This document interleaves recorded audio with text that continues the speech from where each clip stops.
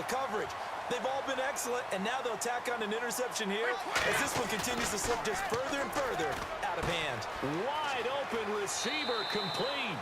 And he's going to be out of bounds up around the 45-yard line.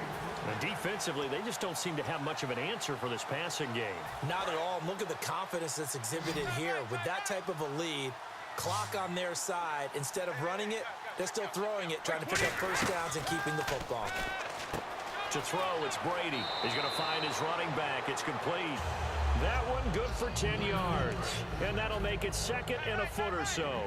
He's having a nice game through the air. His decision-making's been really good. Solid there again. Just seeing nothing downfield goes underneath. Nice game. How about the patience? Because when you're having a big game through the air, you're looking for those chunk plays, those big ones downfield. Instead, as you noted, takes the check down, dumps it off, gains good yardage anyway. Really well executed. Time for a break. We'll come back to wrap this one up after this.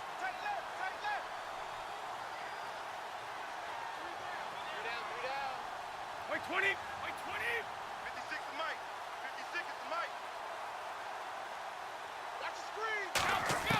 On first down, Brady. And a dump off to White. And he's brought down. 11 yards on the pickup, and it'll give the Patriots a first down. And a good quarterback facing zone coverage. If he has just a little bit of time to survey the scene, that's what's going to happen. No doubt about it. If there's no pressure, he's going to continue to pick them apart because he'll have all that time to find someone open downfield. You can only cover for so long. So maybe they want to go to a zone blitz scheme, get a little bit more pressure. Remember when Carolina did that against Denver? They lost the game ultimately. They dropped the defensive end out, and he ended up with an interception in that game in Super Bowl 50. Maybe some sort of scheme like that to try and get more pressure at the passer. So the D-line's going to spread out. Brady going to look to throw. That is caught. And he's brought down. It's a 10-yard gain there, and it sets him up now first and goal. They're going to hurry back to the line now. And with that last play, he's now up over, trying for the tight end. Ertz, and it's intercepted. The former Longhorn back home, Earl Thomas. And a big turnover there as his guys will get the football back. Their passing game has been spectacular this afternoon. Finally, a win for the defense. You think maybe there was an adjustment there. Finally gained a measure of, I don't even know if you call it revenge, but got a play done against him, and that's been difficult for them all game long. And with the play clock winding down, we're going to get a timeout. That'll leave them with just one remaining in this fourth quarter of play.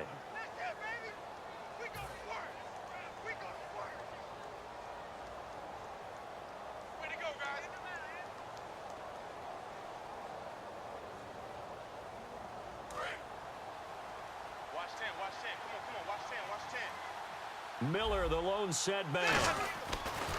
Following the interception here, Rivers. And his throw's going to be incomplete. Larry Fitzgerald was the intended target. And now it's second down. The defensive coordinator came into this game with a plan to get to the quarterback with whatever type of pressure is necessary. It's working to perfection for him today. A second down throw for Rivers. Oh, he'll want that one back. Incomplete. He doesn't drop too many in that department. Third down.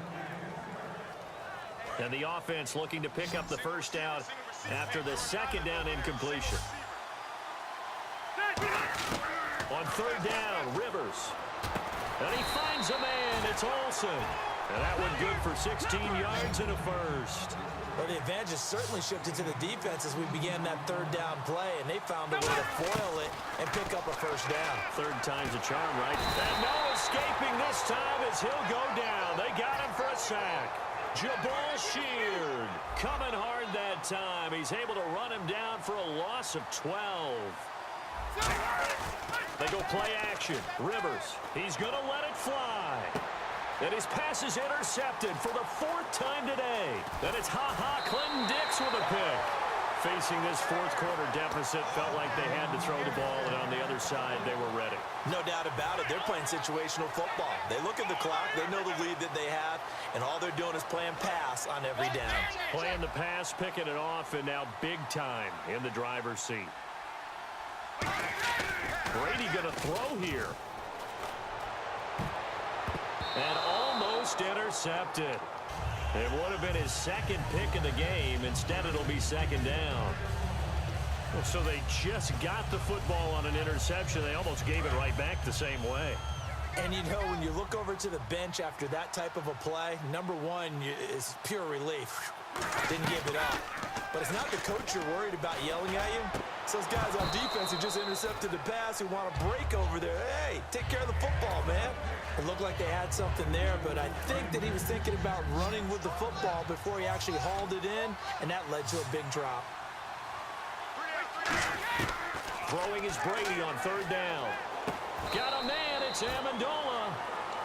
Now whistles come in. We're going to get a timeout here by the offense. That'll be their third and final stoppage here as we step aside. Oh, now look at this. They're lining up to add 3 more, little insult to injury here late in the game. From the right hash and call it an even 50 yards.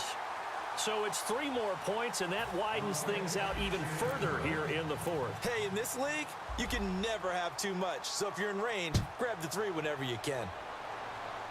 And what could he possibly be thinking? He just took the fair catch at the 1-yard line. Major mistake. Now this offensive unit ready to see what they can do here. They've lost this one. Their offense has struggled.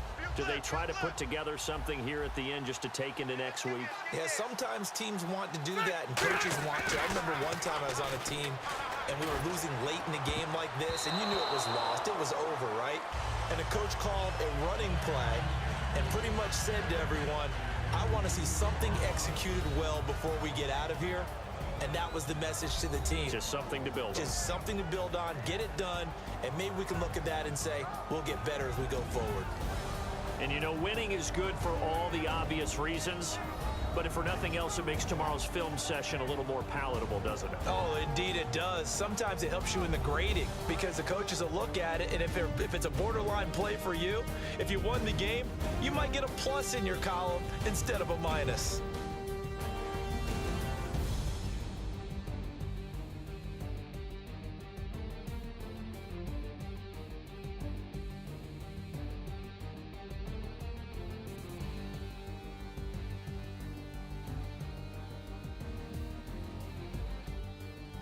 That'll do it for us. For Charles Davis and all our crew, I'm Brandon Gaudin. This has been Madden Ultimate Team on EA Sports. Join the discussion on Twitter at EA Sports_MUT.